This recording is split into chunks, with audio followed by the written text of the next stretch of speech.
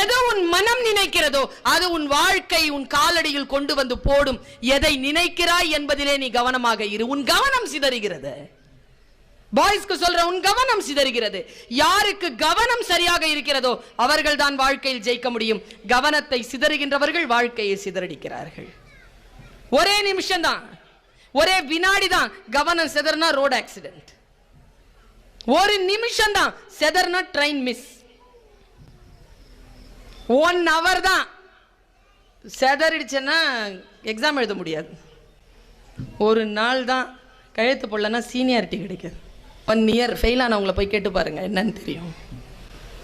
கவனத்தை சிதற விடுகின்ற பொழுதுதான் வாழ்க்கை சிதறுகிறது. கவனத்தோடு இரு. எனி டைம் என்ன வேணாலும் நடக்கட்டும், உன் கவனத்தை மட்டும் சிதற விடாது. ஒரு பள்ளிக்கூடத்தில் ஒரு வாத்தியார் கிளாஸ் எடுத்துகிட்டே இருக்கும்பொழுது சொன்னாராம், நீ இந்த பீக்கரில் ஒரு ஆசிட் வச்சுருக்கேன், அந்த ஆசிடை எடுத்து வாயில் போட்டு தொட்டு பார்த்துட்டு என்ன டேஸ்ட்டுன்னு எழுதி வை, நான் பிரின்சிபல் ரூம் வரைக்கும் போயிட்டு வந்துட்டேன். ஒரு கெமிஸ்ட்ரி டீச்சர்.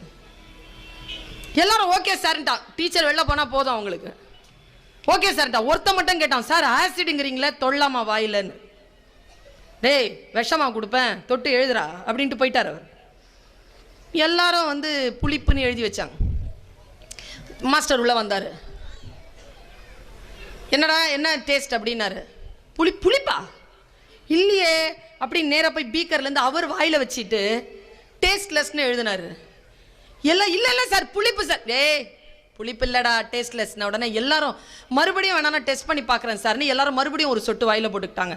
ஒரு பையன் மட்டும் போடலை. இந்த 30 பேரில் ஒருத்த மட்டும், சார் புளிப்பு தான் சார். டே நான் டேஸ்ட் பண்ணிட்டு சொல்கிறேன் இல்லைன்னு, நீ என்னடா புளிப்புங்கிற? புளிப்பு தான் சார். பசங்கள்லாம் பாதி பீக்கர் காலி பண்ணிட்டாங்க மறுபடியும் டேஸ்ட் பண்ணி. இவன் சொன்னா இல்லை சார் புளிப்பு தான் சார். எப்படிடா சொல்கிற? நான் டேஸ்ட் பண்ணது எல்லாரும் பார்த்தாங்க, இப்போ நான் தப்புங்கிறியா? நான் டீச்சர் தப்பா?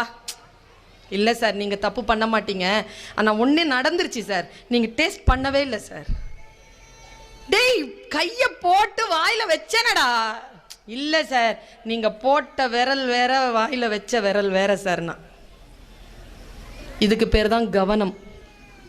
அவர் ஆள்காட்டி விரலை பீக்கருக்குள்ளே விட்டுட்டு நடு விரலை எடுத்து வாயில் வச்சிருக்காரு. அவருக்கு டேஸ்ட்லெஸ்ஸாக தான் இருந்திருக்குது. எல்லோரும் ஆசிரியர் செய்வதை சொல்வதை கேட்டார்களே தவிர இவன் தான் செய்வதை பார்த்தான். பார்ப்பது கவனம். கான்சென்ட்ரேஷனோட யார் இருக்கிறீங்களோ அவன் தான் ஜெயிக்கிறான்.